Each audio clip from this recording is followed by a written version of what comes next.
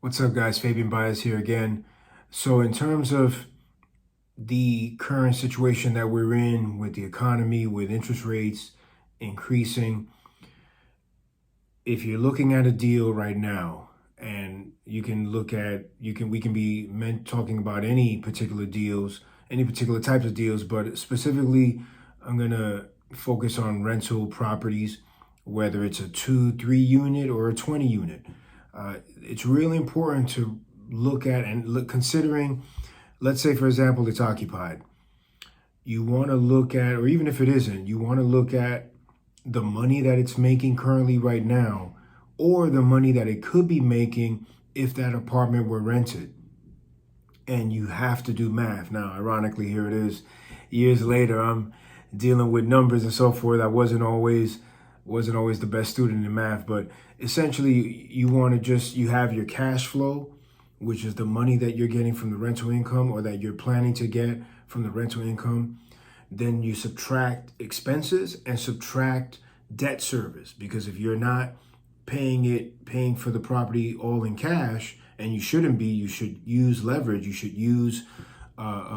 finance it, because that's a smart thing to do. Your money can go a lot further that way.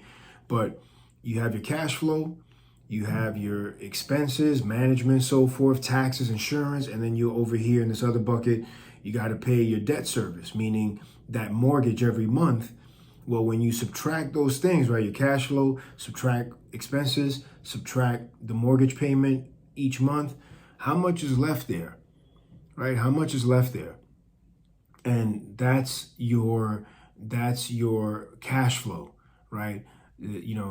That's what you want to make sure. Hey, for example, I was looking at a pretty good, nice deal in a really good looking property, apartments with a couple of solid businesses on the ground level there. And the issue, though, is that looking at the breakdown that the broker provided,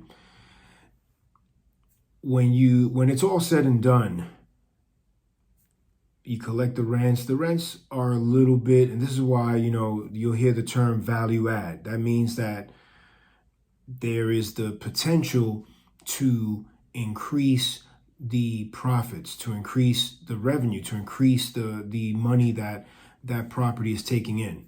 Maybe the rents are a little bit low. On this particular property I'm referring to, rents are a little bit low, not too much, but looking at the sheet, looking at the breakdown that they provided, all the numbers, the expenses, you take it with a grain of salt. It may or may not be totally accurate. This is why you're still going to do your due diligence and make sure and get to the bottom of everything. But looking at the breakdown of the numbers after expenses, after the debt service that they kind of figured out an equation there, on a monthly basis, it's going to be less than $2,000 a month in cash flow.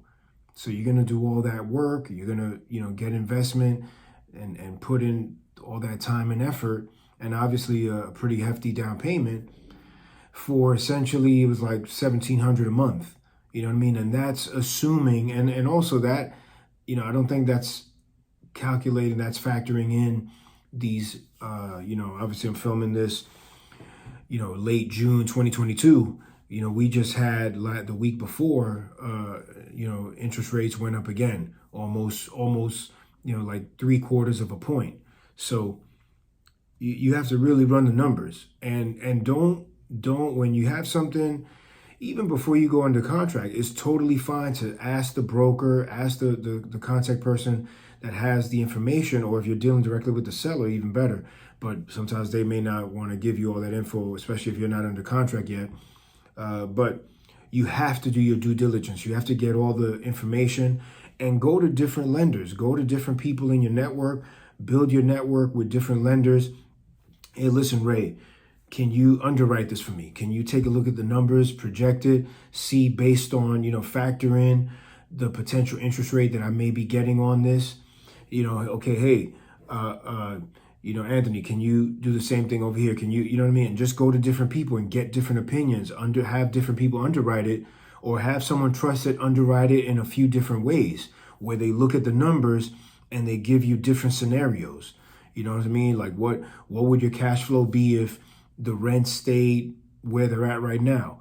What would it be if, let's say, next month interest rates go up again, so that you have all of this information and you can make an informed decision before you decide to buy it. It's really important to do that, because with the economy and with the climate that we're in right now, things are changing, and you want to be investing for cash flow, and that cash flow has to make sense to you and to your investors if you're using them. So, that's really, really key. Don't let anyone guilt you. Don't let anyone try to rush you. You take the necessary time that you need to make sure that you're making the best decision for yourself and your investors if you have them on your team. All right. So hopefully that's just some food for thought. Please comment, like below. Let me know what you think. Right. If you haven't subscribed to the channel, what's up? You don't like me? Come on, subscribe. You know what I'm saying? But let me know what you think in the comments. And also, if you have any suggestions on videos, topics that you'd like for me to cover around real estate, around entrepreneurship, so forth, put them in the comments. Let me know. All right. Thanks, guys.